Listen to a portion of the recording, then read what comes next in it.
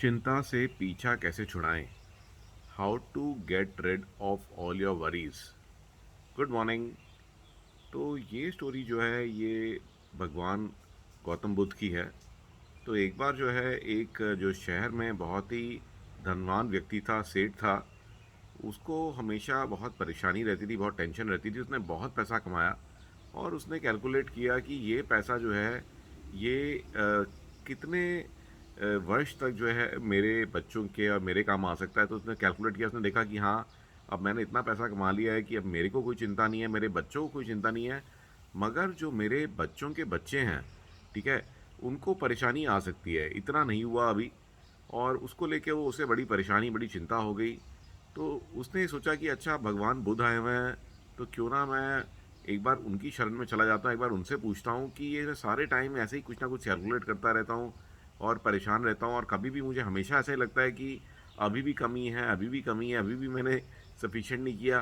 तो ऐसे मैं कितना करूँ? तो बच्चों के लिए सोच रहा हूँ, फिर उनके बच्चों के लिए सोचूंगा, तो ऐसे तो मैं मर ही जाऊँगा। तो भगवान बुद्ध के पास गया और उन्होंने अपनी परेशानी भगवान बुद्ध को बताई कि मैं इस चिंता से, परेशानी से मुक्ति चाहता हूँ, तो मुझे बताइए मैं क्या करूँ। तो भगवान बुद्ध ने कहा कि एक काम करो, तुम्हारे को दान करना पड़ेगा। तुम एक दिन का खाना लो और जो है इस शहर के बाहर इस पेड़ के पास एक कुटिया बनी हुई है, एक बहुत ही गरीब फैमिली रहती है, उनको खाने की परेशानी रहती है। केवल एक दिन का खाना उनको दान कर दो। ये सुन कर के जो सेठ था उसने कहा कि अच्छा, इतनी छोटी सी बात है, मैं कल ही कर दूंगा।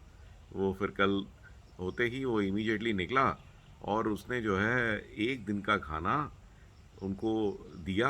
तो फैमिली में जो है वहाँ पे एक सास थी, बहू थी। तो बहू को बुलाया, उसने कहा कि ये मैं आपके लिए जो है खाना लेके आया हूँ, ऐसे ऐसे, तो आप ये रख लीजिए। तो बहू ने कहा कि नहीं नहीं, हमें खाना आपका नहीं चाहिए, क्योंकि आज का खाने का काम हमारा हो गया है, तो हमें कोई इसकी ज़रूरत नहीं है। थैंक यू सो मच जी, आपने हमारे बारे में सोचा। तो उसने कहा कोई बात नहीं है, आप कल खा लीजिएगा, ठीक है ना, ये तो सूखी सामग्री है, तो इसमें कोई परेशानी की बात नहीं है, आप कल इसका इस्तेमाल कर लीजिएगा।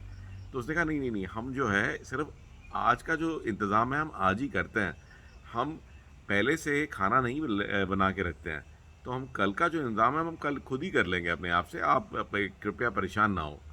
ये सुन कर के उसको बहुत आश्चर्य हुआ, क्योंकि एक तरफ वो क्या सोच रहा था कि भाई मैं तो अपनी पीढ़ी दर पीढ़ी आने वाले बच्चे और बच्चों के लिए सोच रहा हूँ, और ये एक ऐसी फैमिली है जो कि सिर्फ आज का खाना आज ही तैयार करती है, इवन कल के लिए खाना लेने को तैयार नहीं है। तो फिर वो वापस गया भगवान बुद्ध के पास। तो उन्होंने कहा कि हाँ भगवान, मुझे अब समझ में आ गया कि आपने मुझे उस फैमिली की तरफ क्यों भेजा था। तो अब मुझे समझ में आ गया कि एक तरफ मैं हूँ जो चीज़ों को इकट्ठा कर रहा हूँ, तो मुझे लेकिन थोड़ा सा और विस्तार में बताएं कि भाई ये जो चीज़ है कि मैं ऐसी चिंता करता रहता हूँ और ये फैमिली जो है ये सिर्फ अपना आज का इंतज़ाम आज ही करती है। तो फिर भगवान बुद्ध ने कहा कि तुम्हारी जो परेशानी है वो ये है कि तुम हमेशा जो है फ्यूचर की सोचते हो, कल की सोचते हो, और कल की जो परेशानी है तुम उनका कुछ कर तो सकते नहीं हो, बट उसके चक्कर में तुम अपना आज खराब कर लेते हो, राइट। तो उन्होंने कहा कि हम लोग ज़्यादातर यही करते हैं कि चिंता जो है वो रियलिटी में कुछ नहीं है, वो सिर्फ एक बीमारी है, ठीक है। हम बहुत सारी परेशानियों के बारे में सोचते रहते हैं कि कल ऐसा हो जाएगा, कल ऐसा हो जाएगा, और उसके लिए हम आज कुछ भी नहीं कर सकते। हाँ, अगर आप आज कोई एक्शन ले सकते हो, कोई रियलिटी में कुछ काम कर सकते हो, कल के लिए कुछ कर सकते हो, तो वो ज़रूर कर लीजिए आप।